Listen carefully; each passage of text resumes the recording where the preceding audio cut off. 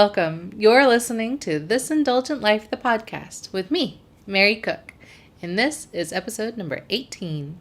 Today on This Indulgent Life, we are speaking with Dan and Lindsay McKenzie from Follow Your Detour, and we're talking to them about embracing life's unexpected events, using the pain to fuel your purpose, and how to find your way through the new beginnings. So stay tuned. Welcome to another episode of This Indulgent Life, where together wanderlusting families navigate respectful parenting, education, and fulfilling our dreams of having an extraordinary life through travel. We believe that life shouldn't just be an obligation, and that the American dream isn't the same for everyone. We believe that life should be an indulgence, so cherished and enjoyed. And the best way to do that is through enjoying experiences together, following our hearts. May you be inspired to do the same.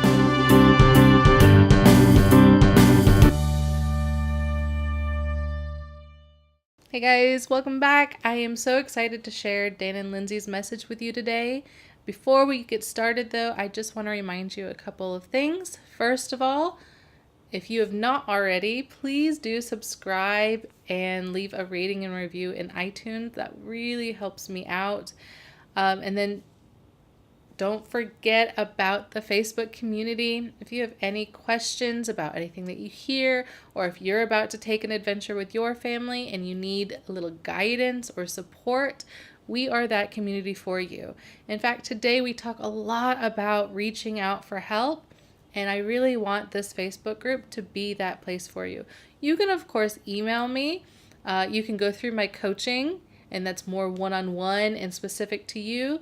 However, the Facebook group will also have a range of people that have so many life experiences to help you as well. So please be sure, there's a link in the show notes. You can find the show notes at www.thisindulgentlife.com/18. That's thisindulgentlife.com/18, the numbers. So be sure to check that out, and I hope to see you there. So now I'd like to introduce to you Dan and Lindsay with Follow Your Detour. Dan and Lindsay McKenzie have been traveling the world and adventuring together for 12 years now. Shortly after deciding to put their travel dreams on hold and settle down, they discovered, after 2 years of struggling with infertility, that they were medically unable to have children. Through this loss and others, they decided to embrace this chapter as a detour rather than a dead end.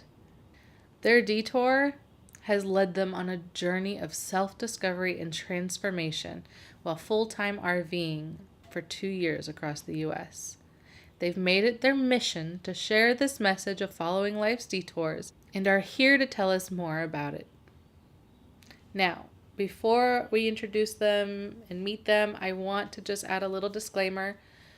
This is a family travel podcast, so mostly we deal with family issues. But as you heard, they are not able to have children. But I feel like their message is important. And I feel like no matter where you are in your life, whether you are single or retired, this message is important. And I feel like it doesn't matter if they have kids or not. It's going to be helpful, and it's something that all of us struggle with. And they do touch on that, and they do understand what that feels like. So I just want to put that little disclaimer out there. I know a lot of you may feel like, well, they don't have kids, so it doesn't relate to me, but it does. And it's really important information and a really important message, and that's why I have included them. I tell you a little bit more about it in the podcast, but they didn't come to me, I went to them. So I really do firmly believe in their message and what they're trying to do, and I feel like you're going to get a lot out of this. So please don't sign off just because they're not technically a traveling with kids kind of family. They are still a family. And they still travel. They still have lots of great information. So please do stay tuned. So please join me in welcoming Dan and Lindsay McKenzie from Follow Your Detour. Okay, so welcome Dan and Lindsay from Follow Your Detour. I'm so excited to have you guys on today. Your story is so inspirational, and you guys have not only overcome so much to live your new dreams, but you have inspired so many people. So I cannot wait to hear your story today. So welcome. Well, thank you so much. That was such a sweet intro. We are so happy to be here. Yeah, thank you. We're looking forward to it. Glad we can be here. So let's start off by just telling the audience a little bit about who you guys are and how you even got into traveling. Okay, so we're Dan and Lindsay McKenzie, and we're the couple behind followyourdetour.com. We started traveling 2 years ago, and we've been on the road in our Winnebago Navion motorhome, and we're with our 2 little dogs. But they're not so little. They're big. They're my little angels. Yeah. And we've been all over traveling, and it's been an incredible adventure. So, yeah, we've got quite the story to how we got here. I don't know if you want to jump into that, but it's a long one. It's okay. That's what we're here for. So you guys have been traveling in an RV for 2 years, but that wasn't always your original goal. So what were your original goals, and then what changed to lead you to this lifestyle? So I think we kind of have to jump back a few years. Traveling's always been a major part of our relationship. It's always been a builder. It's been a building block that's really helped us grow together. So when we first got married, we actually got married in Mexico, did a destination wedding on the beach, the flip-flops and everything, the whole deal. And then shortly after that, we actually moved to Costa Rica. We were sort of transitioning in jobs, and we were just young and crazy, and so we kind of did a long honeymoon thing in Costa Rica. So we've always loved to travel, but we sort of assumed that would only be 4 or 5 years, and then we would settle down and buy a house and do the quote-unquote typical American dream. And so that was the original plan, and that plan didn't quite work out the way that we had wanted it to. And that really is where our journey sort of began as it relates to Follow Your Detour and all the different things that we're doing now, and particularly living and traveling by RV. So I'll jump into kind of where what we call the dead end happened. So like Dan said, we were kind of building this American dream, and we had bought our first home in the suburbs, and we started trying to have a baby. We had traveled for 5 years, and we felt like we were ready for the next step. And 2 years went by with trying to have a baby, and nothing was happening. And we did, all the standard testing and infertility procedures, and come to find out, to our complete surprise, Dan was diagnosed with something called Sertoli-only syndrome, and basically means he does not produce sperm cells. So it was a very clear, no, not going to happen. He just medically cannot have babies. So that was, like I said, what we call our dead end, because we had tried so hard to have a baby, and it was my dream. It was my biggest dream in life to be a mom, and I had visions of having 3, 4, 5 kids, and I had planned my entire life for that scenario of being a mom and having a big family. And so well, I think it's important to say, I don't know, maybe this question will get asked, but that was like the start of the dead end almost, because we were trying, and then we got this result, and then we went down the, okay, well, what are our options, and how can we still move forward having a family? And we chose to do, first we tried a procedure where they were going to maybe try to extract some cells from me, and so I had a procedure done, and that unfortunately didn't work out either, which was pretty tough, because the doctor had kind of given us some hope there. And then we moved forward with a sperm donor and all of that for several months, and not in vitro, but artificial, or what do they call it? IUI. Artificial. Didn't work. Yeah. Just didn't work. I mean, end of story. End of story. It didn't work. We tried our hearts out to have a baby, and it didn't work. So we just came to a point where we thought, this isn't a dead end. It's just our opportunity to take a detour. It's just an opportunity to embrace a different path that maybe we didn't plan for ourselves, but it doesn't mean it's not going to be beautiful. And we're open to it. Like, let's just see what God has for us, and be willing to just kind of put our own plans aside, grieve and be sad, but kind of let go and just let God and see what He had for us. So that's why we came up with Follow Your Detour, because really that was a perspective that changed for us, that allowed us to just move forward. And it really resonated with us, and we knew that other people would have similar experiences, and we're not the only ones in life that things just don't always work out the way that you plan. So that's kind of our backstory. We did mention it was long. Yeah, actually, that's all. Very short. You're good. No, I really resonate with that, because my husband and I, we did a couple years of the not trying, the not trying but trying thing, whatever happens kind of thing, and then nothing was happening, and then we ended up having to go through the fertility issues, and then we had miscarriage, and so I can resonate. We had that moment where they talked about my husband's sperm, and it made it sound like all of your hopes get dashed. And I remember going home and freaking out and being like, nothing's ever going to work and whatnot. And we were blessed to be able to have my son. But that took 6 years. 6 years, basically. Wow. And oh my God. I know,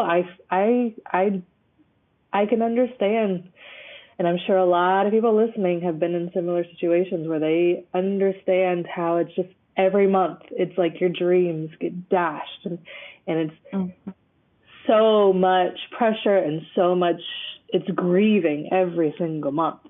And then not only that, but you guys had lost a loved one as well, right? At the same, in the same era? Right before we got Dan's diagnosis, I lost my brother, and he was just one of my best friends, one of the most incredible people in my life. And so, there was a lot of loss and a lot of pain, and just a lot of where do we go from here, and how do I pick myself up, because it was deep. It was really deep. Yeah, and we just kind of found ourselves at this place where, we got to the point where we convinced ourselves and adopted a new mindset of a detour, but we gloss over that dead end now sometimes. We kind of, it's a little bit farther removed, but, looking back and being honest about it, we were broken. I mean, we were completely lost, and we were sitting, I can still remember it very, very vividly, sitting, we had this little coffee table room, and we would sit, and there was just didn't have a TV in there or anything. It was where we kind of just hung out in one of those weird rooms that you don't know what to do with in a house, but then we ended up sitting there all the time and just crying on the floor and just really not knowing what to do and how to move forward. We were suffering the grief of her brother. We were living in this 3-bedroom house out in the suburbs. We had no younger people around us. Everything around us was families and minivans, and we just felt so frustrated and angry and hurt. And I remember the moment that it just kind of washed over us, this moment where we somehow, and it's just God kind of speaking to you, saying, hey, this isn't the end. Do you not think that I have your back? Do you not think that there's a greater plan for you? And when we started to let ourselves kind of believe that and say, this isn't a dead end, this is a detour, and that we just kept saying that over and over and over again. And we said, maybe it's not right now, but we're not in charge of timing. Maybe this allows us to do something different, impact somebody else's life, get a child in a different way, right? And that really got us inspired, but it also made us realize that we were ready for a big change in our life. We couldn't continue the path that we were on and that detour metaphor really resonated us. We needed to do something different, and that was a huge catalyst for us, and we changed our whole life, really.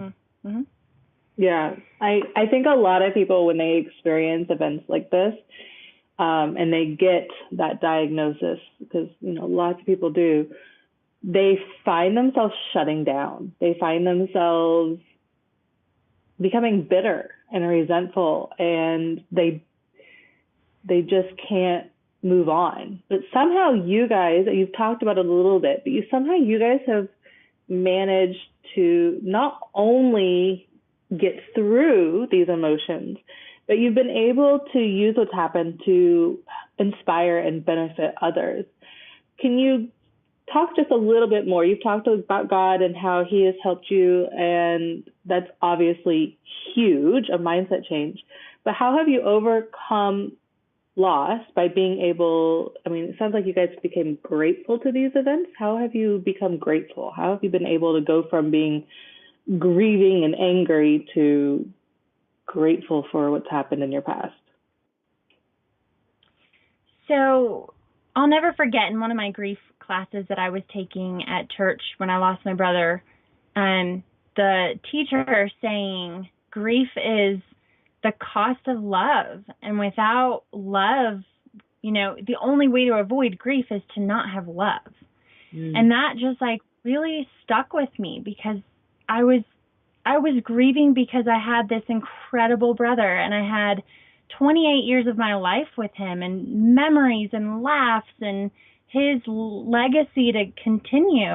And so I applied that to our situation a little too. And, sometimes when you just look around, as much as you don't want to compare yourself to other people, sometimes it's helpful, and sometimes it helps you put things into perspective. And we had a coworker of Dan's who, him and his wife were struggling with infertility as well, but they had gone through 10 years, multiple miscarriages, multiple failed IVFs, hundreds of thousands of dollars. And like I said, that put it into perspective that, gosh, we got it pretty good. We got a clear no, which a lot of people go years and years never knowing why, they're not able to conceive.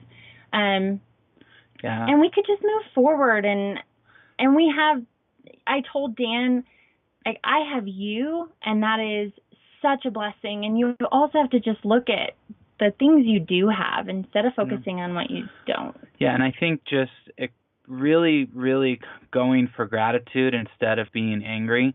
And it's hard to do, but that was our approach, because like Lindsay said, she was able to start really thinking about how maybe I lost my brother, but I had this incredible relationship that a lot of people never have. And maybe, our dream of having a biological child together is not going to work out that way, but we have this great relationship, which not everyone gets to experience. And then we started thinking about our situation and said, well, we've just been given this blessing to explore a different life, right? We've always loved to travel. We've always enjoyed it. And so when we kind of started viewing it and saying, yeah, it stinks, no doubt. This isn't what we had planned, but it's also a blessing because it's allowing us to do something different, and we should be grateful for that chance. And once we started realizing that, and honestly, it was just kind of practicing it and talking about being grateful made us more grateful, know. And then once we got to that point of gratefulness of this new opportunity, then we got excited. Then it was a new chapter in our lives. Then it was something that we could look forward to and go with go quickly, right? It was time to make big moves, big changes. But it all started with being grateful for that pain. And that's kind of a counterintuitive approach, but that is what we believe is really, really important in life. And I also will never forget just this thought popping in my head one day that God was protecting us from something. And there's always worse that could happen. And I just had this overwhelming sense of God protecting us and being thankful for that, and being thankful that, we could have gone through such a much harder road with the infertility so Yep. It's all about perspective. And that's definitely difficult. So what led you from this happening to we're RVing? Like, where was this transition between these two ideas? So it didn't happen overnight. Like, that wasn't the big change for us. The big change started when we just needed a change in scenery. That was the most logical step for us. We were living in the suburbs. We'd spent our entire lives in Colorado.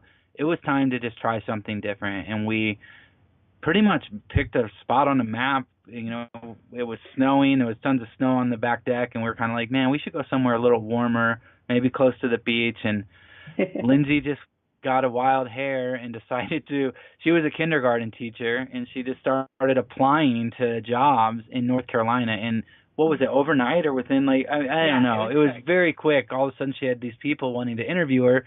So we were like, I guess we should fly out there and decide if we like Raleigh, and we did. And so I think, in 6 weeks we sold our house, packed up everything, got new jobs, and moved across the country. And yeah, and then in Raleigh, we loved Raleigh, but I was not happy teaching. I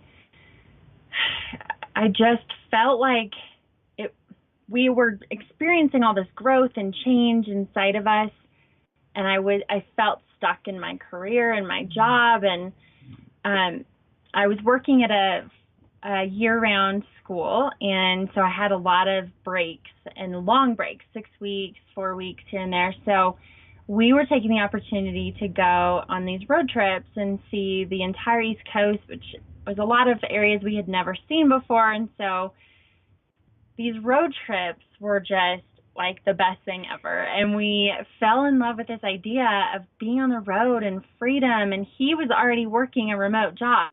So he kept telling me, like, if you could find a remote job like me, we could do this. And our brain just started spinning, and we were thinking we could go and stay in Airbnbs, or we could, trying to make this work. And then in the back of our heads, we were kind of like, could we really though? And I was terrified to quit my job, and the logistics of it all, like, if we chose to RV, we don't know anything about RVing, and do people really our age like really do this? And you start to second guess everything, and it seemed like such a crazy idea that we kind of pushed it aside for a while.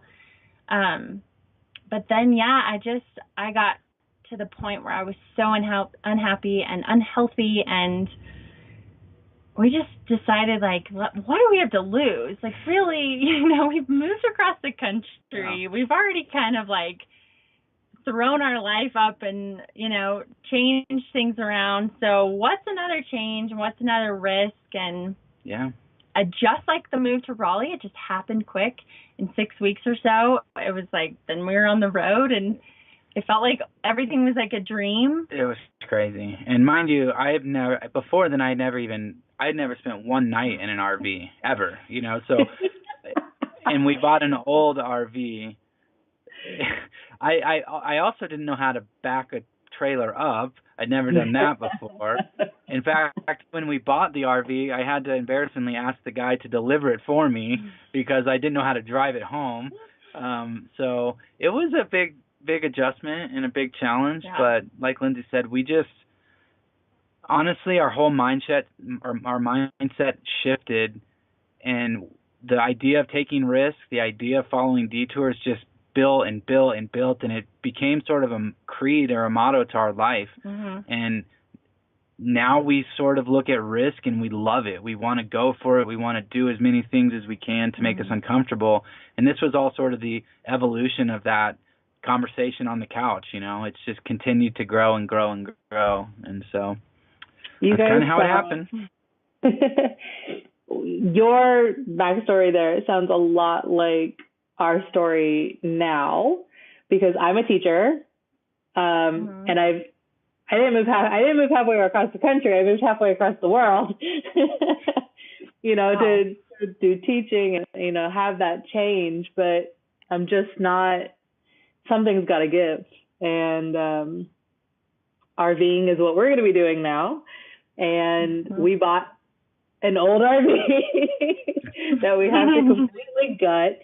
My husband has never RV'd. I have, but my husband has not. The only difference is he does know how to pull a trailer, so I do have to have it, going for it. That's a good skill to have for sure. There's a start at least there. But yeah, we just, we had been thinking about, this is probably actually the longest. We usually jump into things, like in 6 weeks, I think we had, actually it was only about 4 weeks by the time we interviewed till the time we got to Hong Kong. But we usually I just jump into things. That's just who I am. But I've had to stay because of contracts here. And I think we've just gotten to the point where we're just like, you can always go back to teaching. You can always go back to whatever job that you have. It's not the end of the world if, you just don't make it. You do a year, and then if that's not making, then go back. What are you going to lose if you just try? So that's kind of where we're at with this, is like, we don't even have one partner with a steady, like, at-home job. We are just both going to make it, and we're going to make it work as best as we can, and we'll do odd and end jobs if we have to, but need to take that risk, right? Like, just gotta go. Yeah, congrats. That's great. That's exciting. And we always tell people, just do it. Like, you can spend months and months planning, but sometimes it's just leaping into it and figuring it out as you go. It's really like the best way to do it, because you will figure it out and you will make it happen, especially when you get on the road and you know how much you love it, and you'll know it's worth the effort you have to put in. So good for you guys. That's awesome. So cool. One thing we say, to couples that are, or not just couples, but people, families, we always say, if the worst thing that happens is you travel the country for a month, 2 months, 3 months, if that's the worst thing that happens and you decide you don't like it, like, how many people can say that they got to go on a 3-month road trip? That literally is the worst, besides maybe losing some money or something, right? But that's such a great experience in and of itself that you will never regret that. Mm-hmm. So Agreed. Yeah, you can always make that money back, but you can't make the time back. Yeah, exactly. So on that same tone, I know that figuring out how to make a living as a nomad is probably the biggest concern any adult thinking about making this, lifestyle has. And Dan had a built-in home position, but Lindsay, as a kindergarten teacher, we both know that's not something that can really be done for they now have teaching English online to China, but it's not necessarily the same. The hours are crazy. And you wanted a break from teaching. I feel you there. I feel like I at the very least need a sabbatical. So what did you do instead, and how are you able to make that transition both physically, mentally, and emotionally? How have you been able to shift your career? It's a great question. It was so hard, I will say. It's scary. It's really scary when you have maybe worked for something your entire life and invested so much in a career. I had my master's degree. I had 6 years under my belt, and it was my identity. So giving that up was a huge, huge obstacle to overcome. And I had no idea what I was going to do outside of teaching, and sometimes you forget how easily skills can translate into other settings, because all I could think of was like just what I do inside the classroom with 5-year-olds, but really you have so many skills that you don't even realize you can turn into money, really. So the beginning, I just needed that emotional break. I needed some time to just be and decompress and experience just the joy of being on the road. And luckily, Dan was able to support me through that. And we had started Follow Your Detour before we even hit the road. So we had the foundation of that built, and I really just enjoyed writing about our adventures and what we were doing, where we were going, how we were making it all work. And throughout our first couple months, we were connecting with a lot of other people who were on the road. We were just really desperate for finding like-minded people. And so we went to a summit and we were connecting with people on Facebook. And I didn't know it at the time. I was just like trying to make friends. But that ended up being so valuable, just that networking piece. And then people were coming to me and seeing my writing on the blog and wanting to do collaborations or offering me freelance writing opportunities. And really it was because I was just willing to put myself out there, and I was willing to just network with people and show my writing, even though I didn't think it was good and I didn't even consider myself a writer. I was willing to just try it. And he was into photography, and I think the biggest thing that I did was just learn as much as I could. And I knew that, I was going to need a new skill set for working remotely, and I was willing to learn whatever I could. And I found another RVer who owned a virtual assistant business, and she was hiring virtual assistants for her because her company was growing so quickly that she needed some help. And so she was willing to take me on, even though I had no idea what I was doing, and she taught me everything, and it was the most valuable thing. I questioned whether I should do it in the beginning because the pay wasn't great, and I was really starting to feel that pressure to contribute. And but I went for it anyway, and I'm so glad I would have done it for free looking back now, because just the knowledge and the skills that I learned were invaluable. Yeah. And I'm still that way. I just know that the more I can learn, the more I can make money, honestly. Yeah. Like, knowledge really is powerful. And I think the biggest thing that you did was you were willing to learn, and you looked at the situation with a perspective that said, okay, I may not know anything, or I may not realize the skills that I actually have to contribute, but and this is what I think anybody that is transitioning needs to do is say, okay, you can look at a problem and say, I don't know the answer to that, or you can look at it and say, I may not know exactly how I'm going to do this, but I do know that I can learn, and I'm willing to learn, and I'm willing to put that energy into learning, and I know that I can do that. Like, I can do that, and then once I do that, I'll figure it out. Because we do get a lot of people that ask us, and for us, we grow up on computers and working on the internet, and like, I happen to be pretty technical, so a lot of that stuff worked out pretty easily for us, but that's not the case for everybody. But we always just try and encourage folks, like, maybe you've been in manufacturing or something, but there is a skill that you have, if you're willing to shape that skill and learn slightly more or differently, that you can leverage. But it's all about your attitude. If you say, well, you can't take a manufacturing job on the road, well, you're right. You can't take that on the road, and you're not going to get on the road, or you're not going to achieve that dream. Like, you have to be willing to step to that next level with the can-do attitude. And I know that sounds super cheesy, but that's just been our experience, that is what has worked.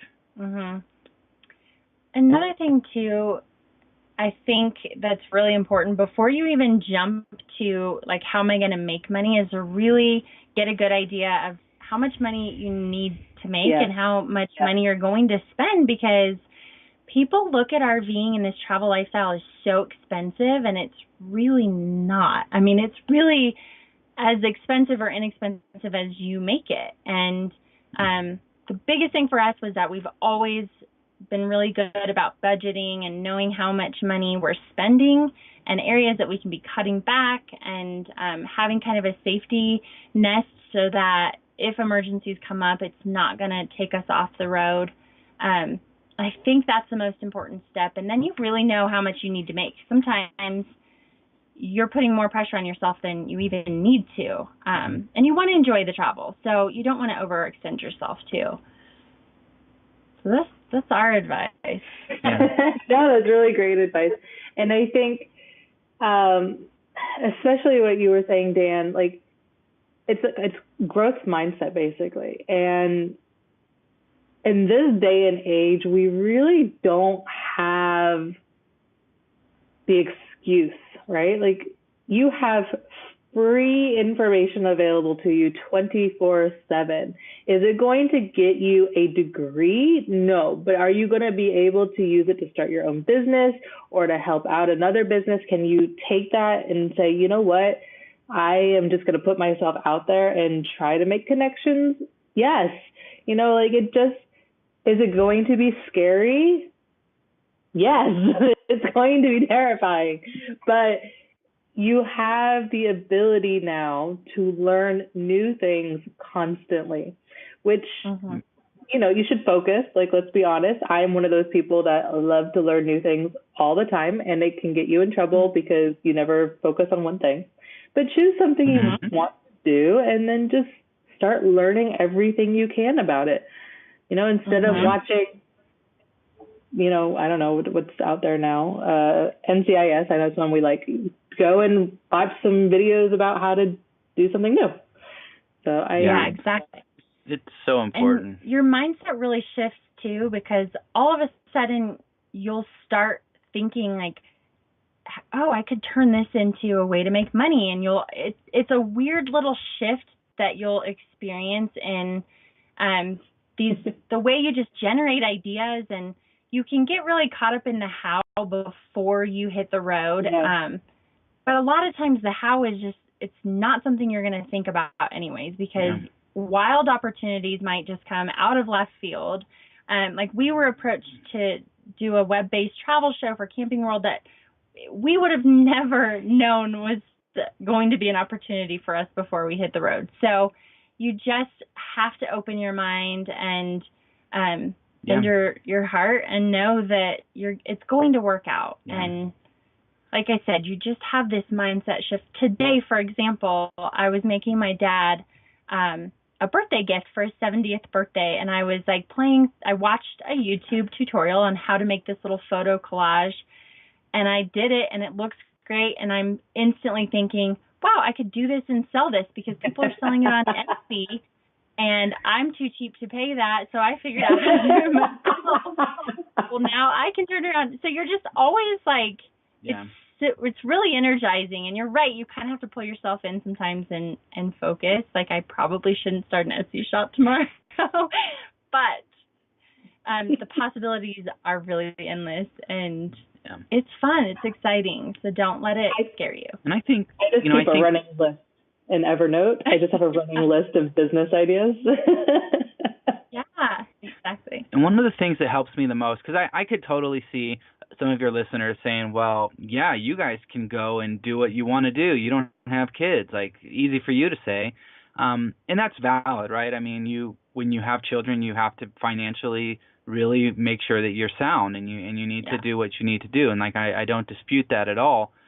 But I also know that one of the things that helped me tremendously was just looking around and looking and saying, there's other people doing it. There's other families. There's other single people. There's people doing anything and everything in this world. And I just have to continually remind myself that if they can do it, I can do it.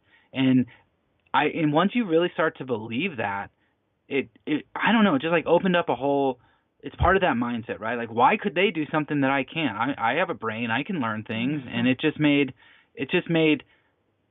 made putting some of those objections that come up when you're trying to make a move in your life. You're going to be flooded with negativity and flooded with fear and objections, and your brain is going to tell you why you can't do it. But if you can counter back and say, no, I can do it because they did it, and if they did it, then I can do it, and I could even do it better or different or whatever. And so, for anyone that might be listening to this that is experiencing those objections, there are families doing it, and those families are loving it. And if that's something you're interested in doing, you can do it too. Mm-hmm. Exactly. Yeah, I think even with a kid, though, sometimes it actually makes it more imperative. Like for us, if it was just us, I could just continue working these same hours, and it's not that big of a deal. But now that I have a kid, yes, I've got to be a little bit more financially thoughtful, but we always have opportunities, right? Like, there's always opportunities to go back and make money, and we set up a savings and whatnot. And I think it's just more important that I spend the time with him than worrying about constant money and only money, right? Like if that's the only reason you're going to stay in a job, don't stay in that job. And that's kind of where we had to come down to, is like our sanity, our marriage, our family, my child, and my relationship with him is more important than staying just because it's financially stable. You can make something else financially stable. So I think people use kids as an excuse a lot. And yes, it is a valid worry, but it's not a reason to stay where you're at if that's not where you're happy. So Exactly. Totally. It's all about priority, really. So we've talked about mindset, but what are some like top 2 or 3 tips that you, for those who feel like life is working against them in their dreams, that you could give? So if they feel, basically we reword that. If people feel like life is working against them in all of their dreams and nothing is going right for them and everything is happening in the world to them that's bad, like we all have those sometimes years where we feel nothing goes right. What are some 2 or 3 tips that you could give them? One, I would say do something different. If what you're doing now isn't working and you're feeling stuck, and if things aren't working out, then you've got to make a change. As scary as it is, like the bigger the change, probably the bigger results you're going to see. And you've got to take a risk, and you can't overthink whether it's the right or the wrong risk, because even if it's, you know, not the greatest decision, it'll still guide you in a different direction, and it'll take you one step closer towards a better solution for you. Yeah. I think that's great. And I think also realizing that sometimes you're in your own, like Lindsay was saying, do something different. If you're actually probably generating your results by what you think and what you do. And a lot of us are not able to realize that. But sometimes things just happen, right? I mean, you lose a family member, you get into a car accident, and all of those things. And in those moments, I mean, I think the stuff that we talked about a little bit earlier, if that's the type of grief or the struggle that you're in right now, you know, I think find support would be my first recommendation. You know, like there's somebody going through something that can help you always. And when we found that, when we opened up about our story and we shared what we were going through, because we were holding on to that pain inside. But when we started opening up and sharing it, it was very uncomfortable, but it really was important for us to move forward, and it just connected us with people, and we realized that everybody's dealing with something. That's like every single person in your office or wherever is dealing with something. So that would be my first thing, is like share, reach out, get support. And then the other thing is like find the gratitude. Find it, you know, search for it, lie to yourself if you have to at first, but find the gratitude. You know, there's always a different angle to look through. There's always a different lens, and you are in charge of that lens. You're not in charge of what happens, but you are in charge of what lens you look at a situation through. And it may be very challenging and may take a lot of time, but my advice is find that gratitude, you know, And even being grateful for the struggles that you're going through. I think that we always look at struggles as bad. And really, I think struggles are sometimes just a sign that you're growing and you're changing and you're ready for something different. And that should be exciting. And I think people get so afraid of change and when things get a little rocky. But, you know, in our opinion now, looking back, those are signs of what's to come, and there's usually always a rainbow or a blessing after the storm. So embrace it. Follow your detour. That's our advice. I love that you guys did talk though about help and being open, because I think we do, especially when we're going through difficult things, we tend to shut ourselves off from people. And then when we shut ourselves off from people, we're shutting ourselves off even from ourselves and our own futures and our own, you know, changes and opportunities. And I found the same thing. I remember when we had our miscarriage, I was finally open I got this, like, I don't care. I'm telling people, because usually when you have a miscarriage, everyone's like, oh, you don't tell. You don't, especially if it happens before 12 weeks, you don't tell people, you keep it to yourself. And I was like, no, not happening. I'm not dealing with this by myself, and I'm not going to keep letting people deal with this by themselves. And I got really open about our infertility journey and our miscarriage, and it just opened floodgates of people with stories, and people saying thank you, or people saying I've been there where you've been and I'm here to help you if you need help. And it's just amazing the amount of support you can get and the ability to move past things when you just open yourself up and take that risk. I mean, it is a risk because you're being vulnerable. So I completely agree with that. And even with this journey, even just the journey of moving into being an RVer, or when I was becoming an expat, when you open yourself up and you tell people, there are people obviously that will poo-poo on your idea, but you're going to find more people that are really going to resonate with you and support you in that as well. So I agree. Absolutely.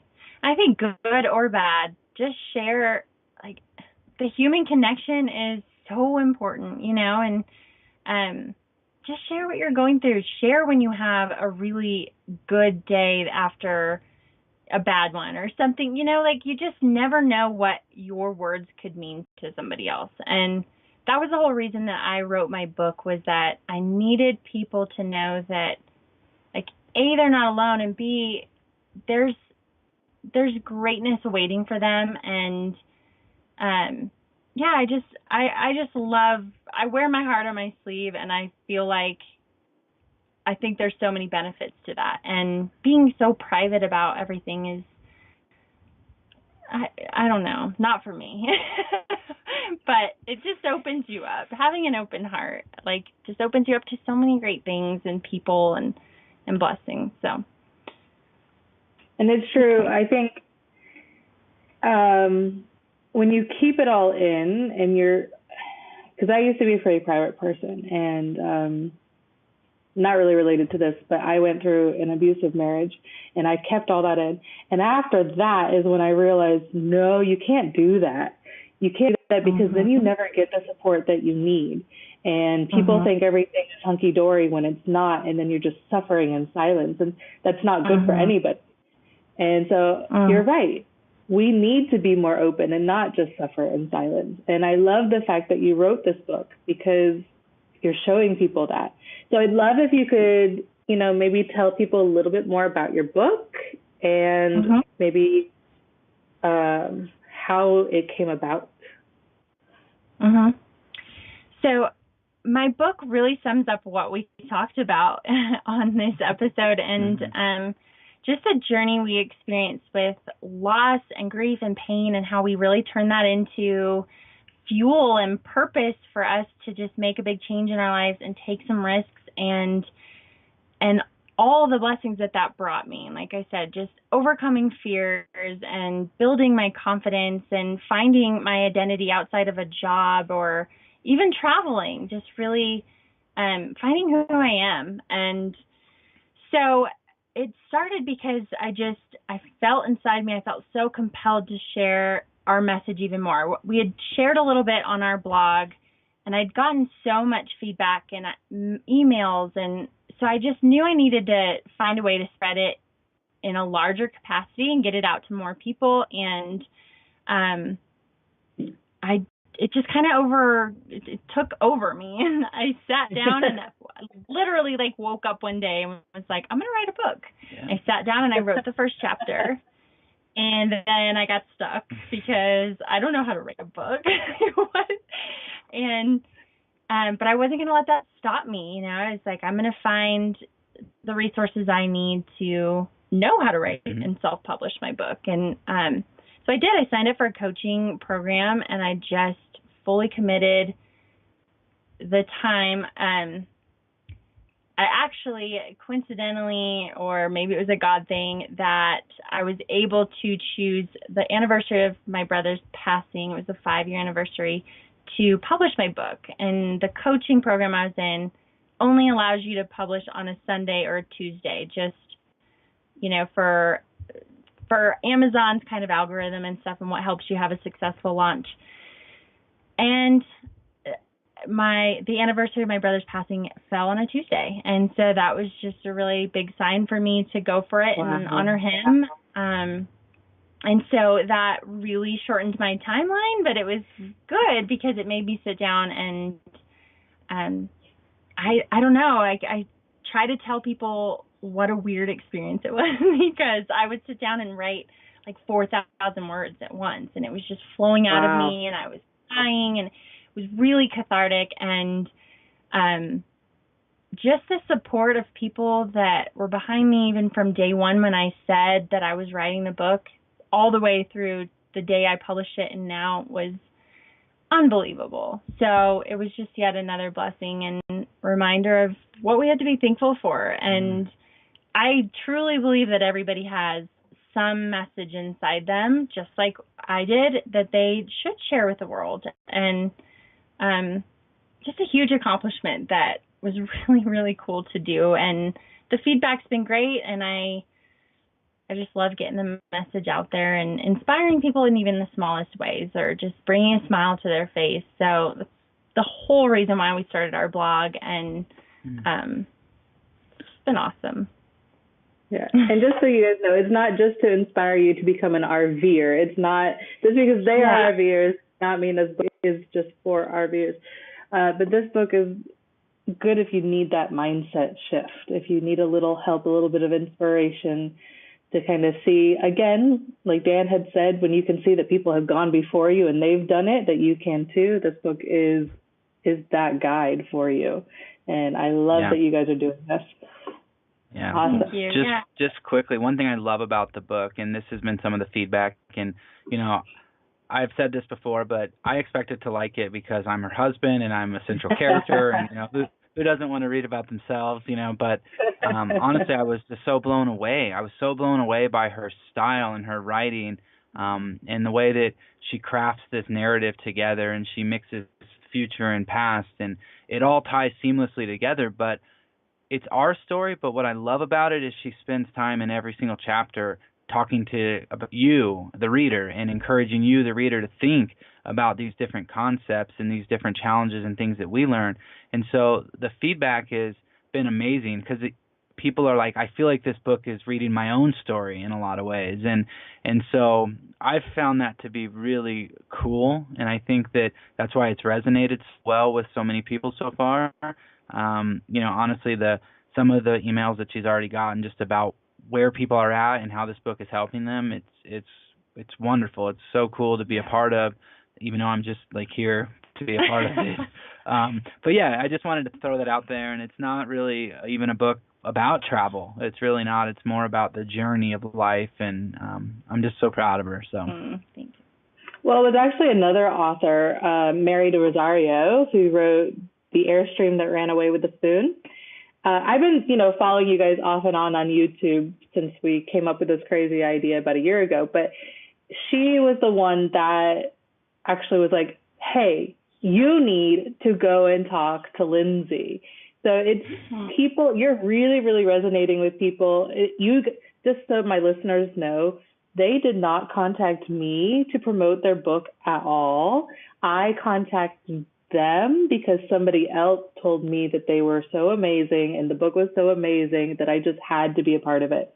And so this is definitely not a self-promotion plug from them. They are doing this out of the graces of their heart, and it just so happens that they have an amazing book that you should go check out as well.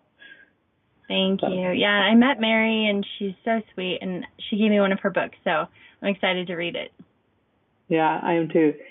So moving on to the end. We're just got a few more questions that I like to kind of ask everybody. And first, of course, is what is next? What is on the agenda? You guys have had so many crazy adventures lately and opportunities. So what's next? Ooh, we've got another load. Yeah, I think we're actually in a change of season pattern for us. We're taking another detour, and we're looking to go to a part-time travel lifestyle rather than a full-time travel. We, do, some family issues and just wanting to be a little bit closer to home and, we're really excited about that opportunity to kind of get more stationary for a little bit for pieces of time and continue to build our businesses and work on our generating this lifestyle and sustaining this lifestyle that we really want.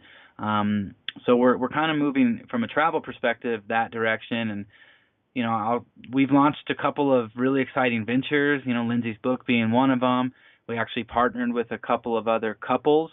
That's kind of weird to say, but some partners that we found on the road, that we found this community on the road, and we actually created a new community called Nomad Collab that's for traveling couples where they can come and just be supported, learn, get resources, and really connect with other like-minded travelers that are looking to sustain this life forever. We're not necessarily in it for like, hey, we want to take a one-year trip. I mean, these are folks that want to live a nomadic life indefinitely, and so we're really, really excited about that. Anything else? I mean, those are the big ones. We, like I mentioned, we hosted a travel show and we loved it, and we are going going hard at trying to find another travel show hosting gig of some sort, and I don't know how we're going to do it, but again, we just know anything's possible, and we're going to figure it out.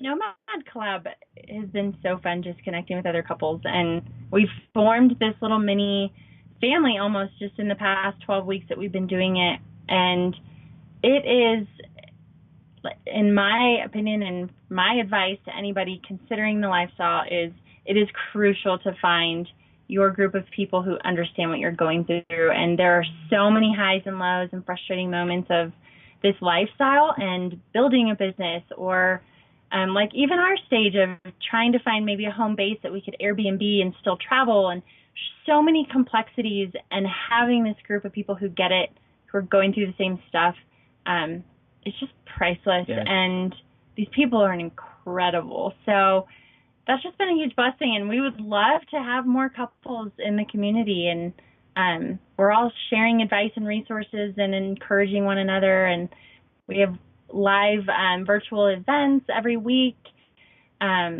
just building relationships, and it's been great. It's been real cool. And then we'll put that information in the show notes, so if anybody is interested that is listening, you can go ahead and go to that link, and you can find all the links to both the book and Nomad Collab, and of course Follow Your Detour. So that's awesome. All right, so thank you. What do you hope you will learn from traveling? What do you hope to learn by traveling? I personally just hope that I will learn how to make a bigger impact in this world. I just feel that is my purpose on earth, is to just make a bigger impact than just, traveling is great because you get to check off all these bucket lists, and you get to have these experiences and memories and meet people. But at the end of the day, with all the traveling we've done, there's still just more that I want to do. And I feel like I've been taking as we travel, and I want to find a way to give back as we travel, and just make a bigger difference in the world. So yeah, and I think the thing that I love and I want to learn and continue to experience related to traveling especially is, the world is good, the news and the media and all the things that you see are typically not very good.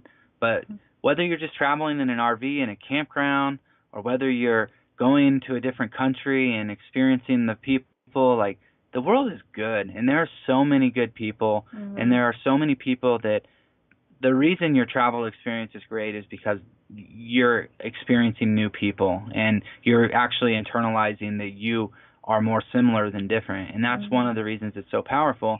And that's what I want to continue to remind myself is, we see this stuff on the news, and of course bad things happen, but for the overwhelming majority, people are just doing their best, and they actually do want to help, and they want to get to know you, and they want to share their culture or their community. And that's a true blessing, and that's why I love traveling so much. And I want to continue to remind myself that, the world is a good place. It's beautiful. That's awesome. And yeah, definitely true. So, what does getting to travel together mean to you? Wow, it's everything. It's honestly everything, and this isn't hyperbole when I say that it's been the most significant piece to our relationship in terms of growing together.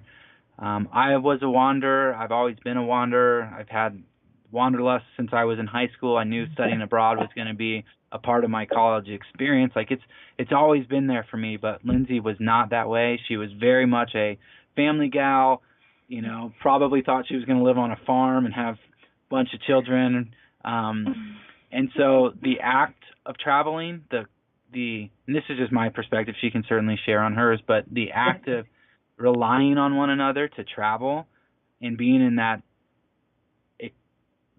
position to need one another to successfully navigate a very basic situation like going to a grocery store or something, right? It sounds trivial, but it's just continually growing us together, and it's aligned our lives. Like, we always know that experiences are more important to us than things, and it's just played such a central role to us.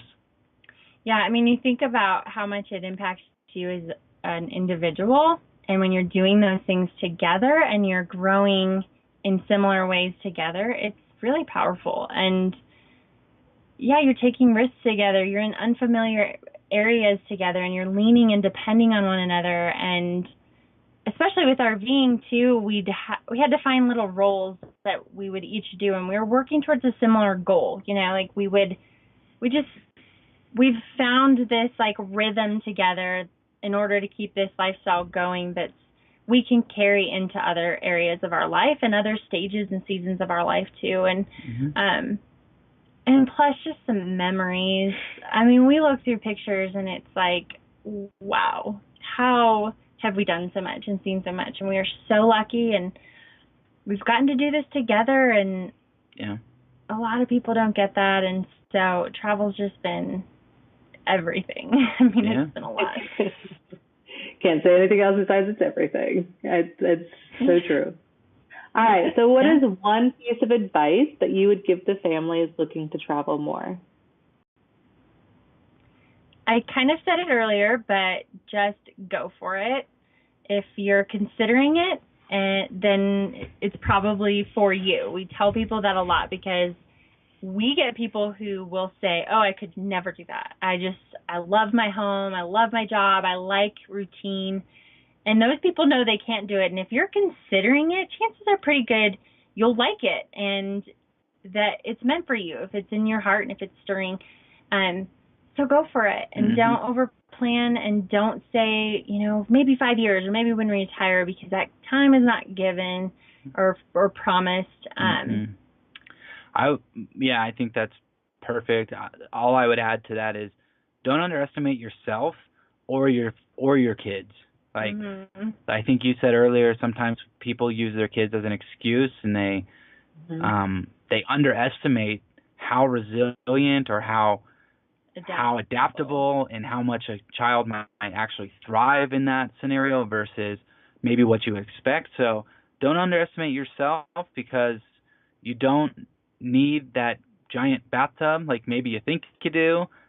You can have it when you come back, just don't underestimate yourself. If you want to do it, you and your family can absolutely do it. Love it. Yeah, very true.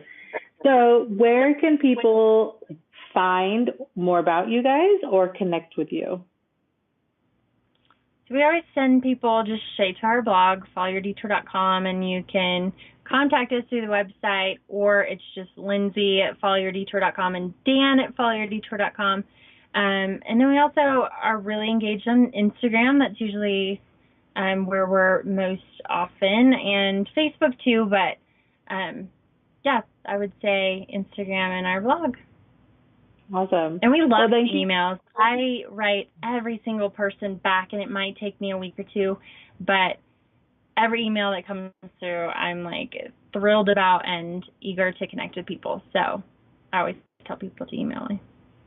So you can. It's not just something for her to say. She actually will respond. And sometimes when people see such big followings, they feel like they can't actually connect with you. So it's nice that And they were actually pretty fast in responding back to me as well. So I can verify this. Just hope we do try hard. We do really try, because it stresses me out because I want to reply, and not just a generic reply to people. Like, I want to acknowledge what they've said to me and ask them questions. And so it's like a stressful thing, but it's what I love. So yes, just give me a week or two. And the time is getting longer. I know. Or you can just shoot us a message on Instagram too. That always works. Yeah. So. Awesome. Well, thank you guys for joining me tonight. I know it's quite late for you, so I really appreciate you staying up to do this. And I loved everything you guys said, and I think it's really going to help people to make that mindset change, right? Like, to see that other people have done it and how they've done it is really a huge part of transitioning their life and going after their dreams, whatever that may be. So thank you so much for joining us today. Yes, oh, thank you. We just get so excited talking about this stuff, and we love just helping people see that it's possible. And yeah, absolutely. And I won't go into too much detail, but for any of your readers or listeners, that are actually considering RV life, we'll put a link in there. We have a free email course where we actually share pretty much everything we've learned about RVing. And we just send it to you over 7 days, I think. And so we'll give you the link, and then there's a free PDF that we'll link also that you can download, and it talks more about like following your detour and the mindset and stuff like that. So those are great resources from either a travel standpoint or just like the inspirational of trying to get your mind right standpoint. So we'll link those too. Shoot us questions. We're always open book. But thank you for having us. Yeah. It's been great. We really appreciate it. All right. Bye, guys. All right. Bye. Thank you so much for joining us in this interview. I definitely had times where I've cried. I don't know if you've realized that, but their story, it resonates with me in such a deep way. Our journeys are so mirrored. Like, I don't even know what to say, but I hope you got out of it what I did, and I hope that it touched you the way it touched me. And I'm so thankful that they have opened up to share their story, and that, a lot of people would keep that silent and would be too embarrassed to say anything. And they would make up things like, oh, we just don't want kids, or we just want to keep traveling. But instead, they've used that as their calling, right, to help people through these times. And so I'm really appreciative of them doing that, of being open and honest, and for joining me on this podcast. So when you contact them, please tell them how much you love listening to them and how much it meant to you for you to hear them on the podcast. And remember, you can go to their website at followyourdetour.com, and they're on Instagram and all these other places as well, including the YouTube channel. So if you want to see their faces, go there. And you can find all the show notes with all the links that they talked about at thisindulgentlife.com/18. That is thisindulgentlife.com/18. And you'll have all the links to their website, to Nomad Collab, to their YouTube channel and social media channels, all of those things.